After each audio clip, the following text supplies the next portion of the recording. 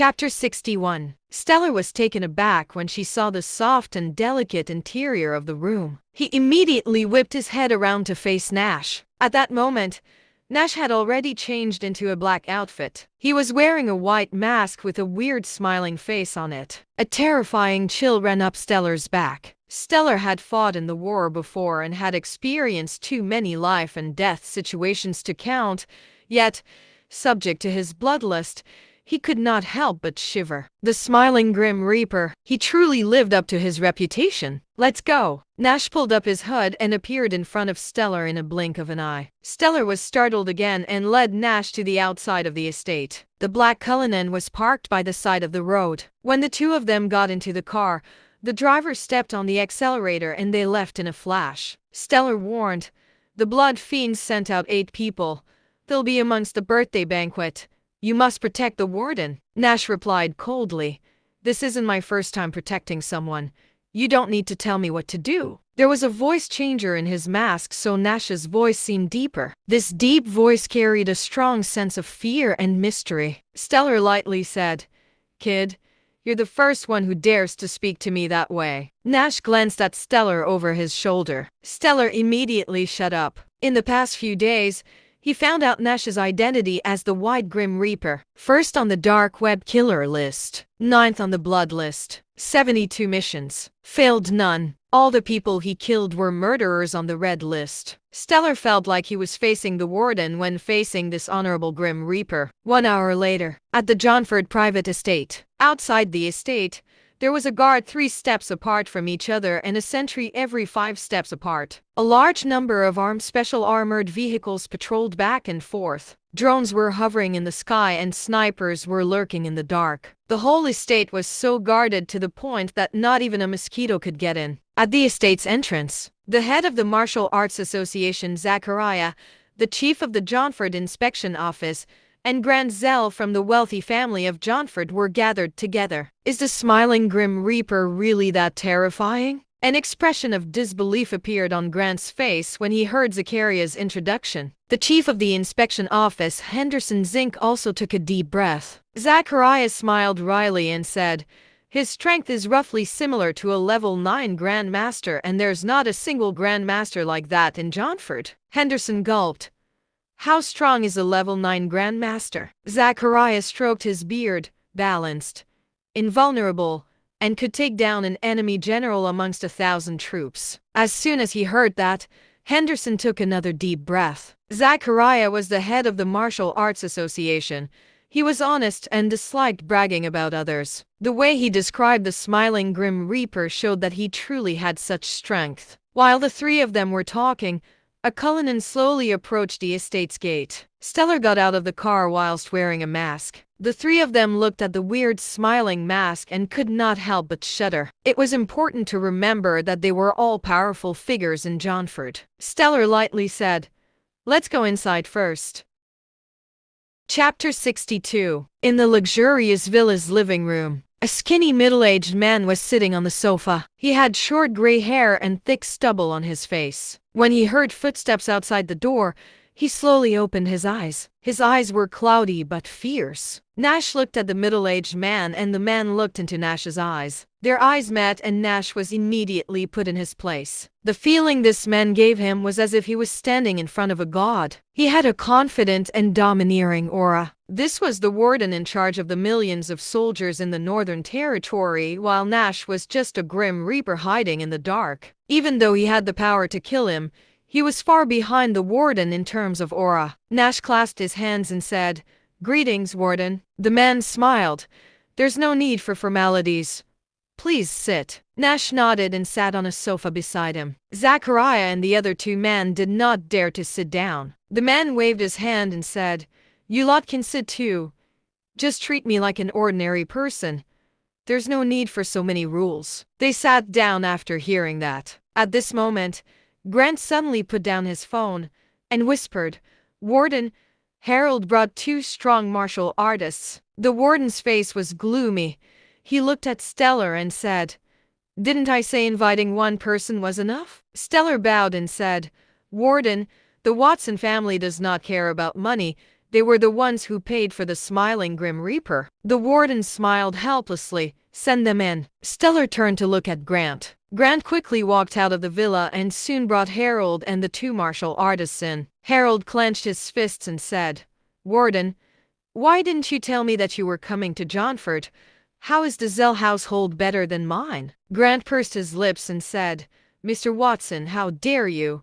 How is my house worse than yours? Just because the Watsons have a villa in the Royal Bay does not mean that the Zells do not have one." For the sake of the warden's safety, he did not dare to let the warden stay in the Royal Bay. This villa was used for his own retirement and was worth $28 million. The level of luxury was on par with the Watsons. Stellar muttered, "Stop arguing." Harold and Grant quickly shut their mouths. Stellar looked at the two bodyguards Harold brought, frowned, and asked, "Are those two reliable?" "They are, absolutely reliable. This is Iron Kick, George Yancey. His legs are one of a kind. He broke his legs due to his obsession with practicing martial arts. Thomas King was the one who installed the pair of iron legs on him, which greatly increased his skill. One kick is enough to kill an elephant." Harold respectfully introduced the pair to Stellar. Iron Kick was meant to protect his grandson Kai, but when he heard that the warden needed a master to guard him, he immediately recalled Iron Kick. George clasped his fists excitedly and said, "Greetings, Warden." He was honored to protect the warden. If he had the warden's approval, he could have the opportunity to be an official in the Northern Territory. The warden smiled and nodded. "It's very impressive to kill an elephant with just one kick." George trembled with excitement when he received the warden's praise. "Thank you, Warden, for the praise." Harold was beaming as he introduced the other person. "This is Jensen Guiane. He is the deputy sectmaster of the Bogwood Division and a master of Bogwood Jang. His strength is equal to a level 8 Grandmaster." Jensen quickly clasped his fists and greeted, "Greetings, Warden." "Wow, impressive. A level 8 Grandmaster is hard to find in the Northern Territory. Those people are strong soldiers guarding the country." The warden had a gentle smile and an easygoing vibe. Jensen bowed with his fists clasped and said, "Don't worry, Warden. We will protect you every step of the way." Chapter 63. As soon as the conversation was over, Nash, who was sitting on the sofa blankly said, "You're both too weak. I can protect the warden by myself." George and Jensen looked at Nash at the same time. If it was not for the fact that the warden's presence, they would have been furious. Harold frowned and asked, "Colonel Orwell, this is..." Stellar smiled and introduced Nash. "This is the smiling Grim Reaper that I hired with your security fund." Harold looked at the tall and slim masked man and asked, $140 million, and this is the only one you hired?" Stellar nodded and said, "He's worth the money." The smiling Grim Reaper. These 4 words were worth $140 million. Harold smiled and said, "There are a lot of people at the banquet, so it's not a bad thing to have a few more people to protect the warden." Nash slowly raised his head and glanced at Harold.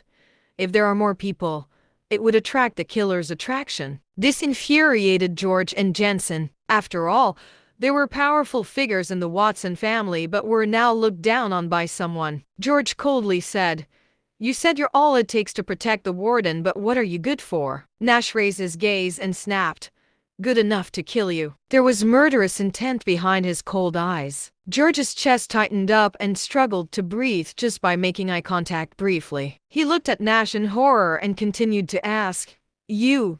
Who are you?" Stellar stepped in and introduced Nash. "Let me introduce you to the smiling Grim Reaper, the #1 killer on the dark web." Everyone present except Zachariah had never heard of this name. George sneered, "I wonder if your highness would like to compete?" Nash replied calmly, "Sorry, but I don't know how to compete. I only how to kill." George was furious and raised his leg to kick this defiant guy. Stellar was about to stop him, but the warden prevented him from doing so with a look. He wanted to see what the $100 million bodyguard was capable of. George's kick was as swift as a dragon, as powerful as a tiger, and there were sounds of waves crashing in the air. Nash's eyes flashed coldly, and he propped himself up from the sofa with his arms before he violently kicked his leg up. Clang! The 2 legs crashed into each other and let out a dull dull metallic sound. The sofa below Nash exploded. Stellar and Zachariah immediately leaped in front of the warden. The warden stood up and continued to look at the two. George pulled back his right leg and led with a couple more kicks. Nash kept blocking the kicks with his own leg, which shattered the tiles on the ground every time. Harold and Jensen broke out in cold sweat. George's legs were made of alloy steel, which could withstand a high temperature of 2,000 degrees and dozens of tons of impact. The special graded steel was the same material used to build aircraft carrier decks. Paired with the strength of George's kicks, even a tank could be kicked to pieces. Yet, this masked person was using his own flesh leg to fight George's. Bang! Nash kicked again and it hit George's calf. The impact caused George to twist around in the air uncontrollably like he was a kite with a broken string. Boom! George hit the wall and cracked it before finally falling onto the ground. He grasped onto his chest and vomited blood. He stared at Nash with pain in his eyes and a look of disbelief. The legs that he proudly lost and replaced with alloy steel were defeated by this person's kicks. This person's strength was probably higher than the level 9 Grandmasters. Jensen snorted coldly. It's just a matter of kicks. Let me try and see if you understand boxing. Chapter 64. The next moment, he dashed towards Nash. A murderous intent flashed in Nash's eyes, and he slipped a small dagger from his sleeve. Jensen was overwhelmed with anger and appeared in front of Nash in a blink of an eye. The warden saw this and quickly said, "That's enough. Stop it." The dagger in Nash's hand was pressed against Jensen's throat. If he were to apply a bit of pressure, the dagger would pierce through Jensen's throat and kill him instantly. Cold sweat dripped down from Jensen's temples. There was also a bit of dampness in his pants. The man moved too fast. It was to the point where he did not even see how he moved. The warden said, "Since it's just a test, it's fine to just hurt each other a little, but don't kill each other." Stellar whispered to explain, "The Grim Reaper already said that he doesn't know how to compete for fun and only knows how to kill." The warden chuckled. "Let them go. Just the smiling Grim Reaper protecting me will be enough." He had peace of mind now that he had seen the smiling Grim Reaper's strength. He also believed that he would be able to protect himself. Stellar came up to Harold and grinned. "Mr. Watson, don't worry. With the smiling Grim Reaper protecting the warden, you can take the two martial artists you brought back. After all, the bodyguard he had spent $140 million on did not let him down." The important thing was that the smiling Grim Reaper was also a cleric for the warden. The one from Teely Mountain was truly incredible to have cultivated such a heaven-defying disciple. Harold was speechless and looked helplessly at George and Jensen. "You two leave first." The two of them were unwilling, but there was nothing they could do. They could not blame anyone for the fact that their skills were inadequate. At roughly 11 o'clock, 3 Rolls-Royces drove towards the Lee household. Nash sat beside the warden with his eyes closed while Stellar sat in the passenger seat. He noticed that Nash's eyes were closed through the rearview mirror and could not help but ask, "Kid, how do you spot a killer like that?" Nash bluntly replied, "You don't look for the real killer with eyes. Ordinary killers would have been spotted by sight. However, killers on the blood list have top-notch camouflage skills, and it was almost impossible to find them with the naked eye." The warden laughed and said, "Stellar, you don't have to worry.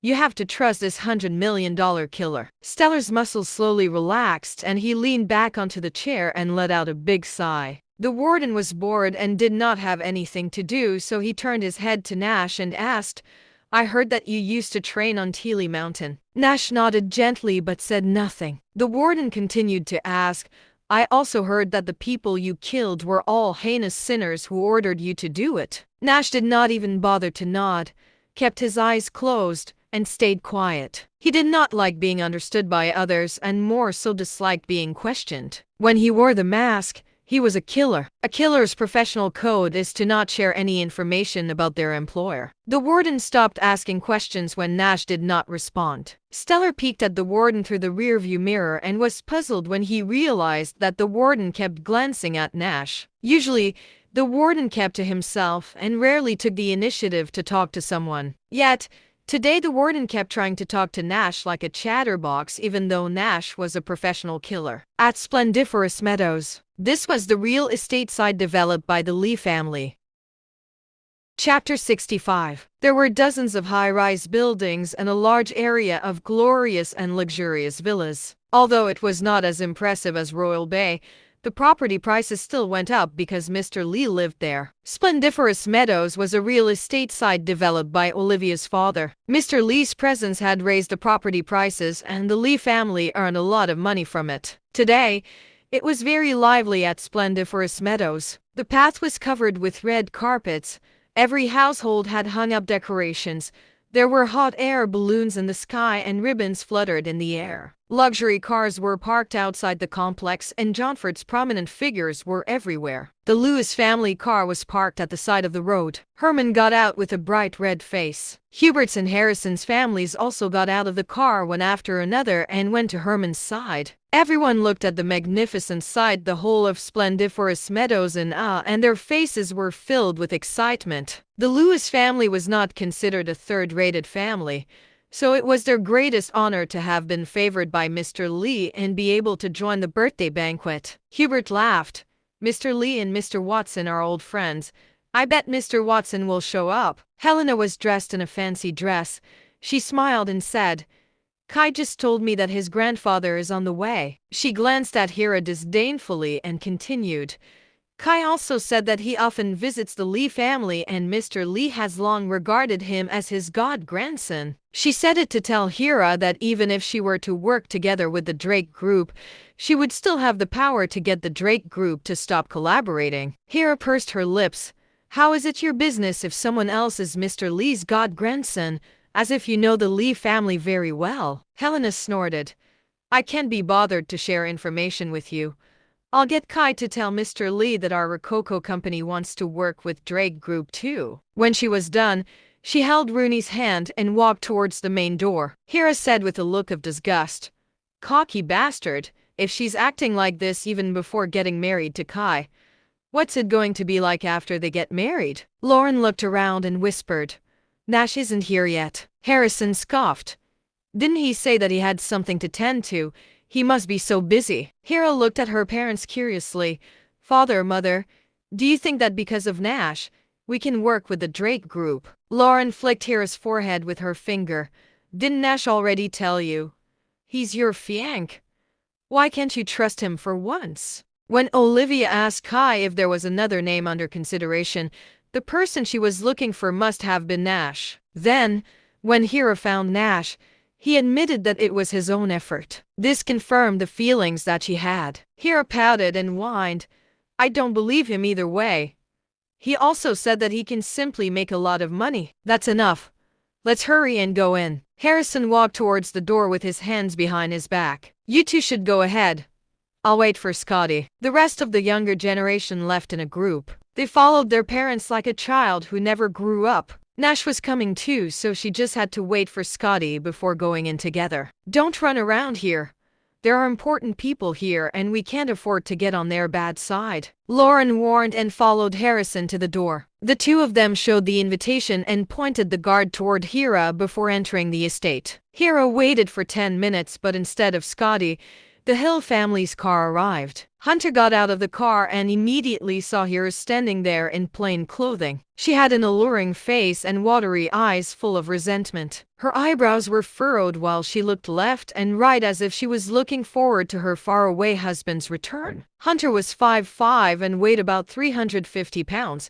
He was not obese, but he definitely was not thin either. His eyes were small, and when he smiled, only a line would be left. He rubbed his hands together and walked towards Hira.